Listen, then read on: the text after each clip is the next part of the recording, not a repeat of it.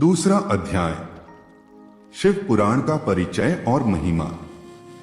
सूत जी कहते हैं, साधु महात्माओं, आपने बहुत अच्छी बात पूछी है। यह प्रश्न तीनों लोगों का हित करने वाला है। आप लोगों के स्नेहपूर्ण आग्रह पर गुरुदेव व्यास का स्मरण कर मैं समस्त पापराशियों से उद्धार करने वाले शिव पुराण की अमृत कथा का वर्णन कर रहा हूं। ये वेदांत का सार सर्वस्व है। यही परलोक में परमार्थ को देने वाला है तथा दुष्टों का विनाश करने वाला है। इसमें भगवान शिव के उत्तम यश का वर्णन है। धर्म, अर्थ, काम और मोक्ष आदि पुरुषार्थों को देने वाला पुराण अपने प्रभाव की दृष्टि से वृद्धि तथा विस्तार को प्राप्त हो रहा है।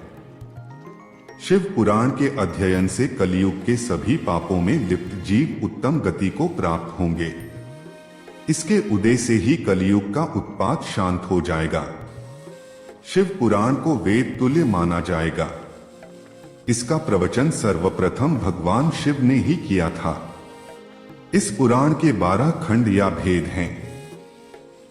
ये 12 संहिताएं हैं। विद्येश्वर संहिता, रुद्र संहिता, विनायक संहिता, उमा संहिता, सहस्रकोटिरुद्र संहिता, एकादशरुद्र संहिता, कैलाश संहिता, शतरुद्र संहिता, कोटिरुद्र संहिता, मातृ संहिता, वायवीय संहिता तथा धर्म संहिता। विद्येश्वर संहिता में 10,000 श्लोक हैं। रुद्र संहिता, विनायक संहिता, उमा संहिता और मातृ संहिता प्रत्येक में 8,000 श्लोक हैं। एकादश रुद्र संहिता में 13,000, कैलाश संहिता में 6,000, शतरुद्र संहिता में 3,000, कोटिरुद्र संहिता में 9,000, सहस्रकोटिरुद्र संहिता में 11,000, वायवीय संहिता में 4,000 तथा धर्म संहिता में 12,000 श्लोक हैं। मूल शिव पुराण में कुल 1,00,000 श्लोक हैं, परंतु व्यास जी ने इसे 24,000 श्लोकों में संक्षिप्त कर दिया है। पुराणों की क्रम संख्या में शिव पुराण का चौथा स्थान है, जिसमें 7 संहिताएं हैं। पूर्व काल में भगवान शिव ने 100 करोड़ श्लोकों का पुराण ग्रंथ ग्रंथित किया था। सृष्टि के आरंभ में निर्मित यह पुराण साहित्य अधिक विस्तृत था।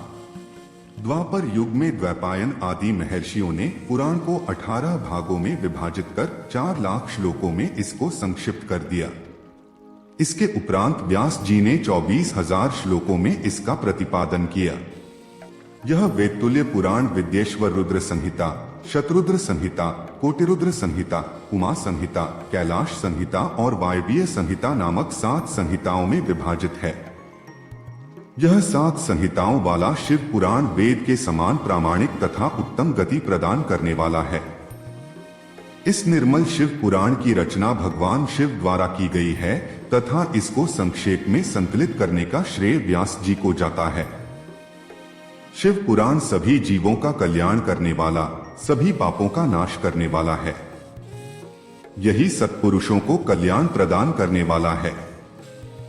यह तुलना रहित है तथा इसमें वेद प्रतिपादित अद्वैत ज्ञान तथा निष्कपट धर्म का प्रतिपादन है। शिव पुराण श्रेष्ठ मंत्र समूहों का संकलन है तथा यही सभी के लिए शिवधाम की प्राप्ति का साधन है। समस्त पुराणों में सर्वश्रेष्ठ शिव पुराण ईर्ष्या रहित अंतःकरण वाले विद्वानों के लिए जानने की वस्तु है। इसमें परमात्मा का गान किया गया है। इस अमृतमयी शिव पुराण को आदर से पढ़ने और सुनने वाला मनुष्य भगवान शिव का प्रिय होकर परम गति को प्राप्त कर लेता है।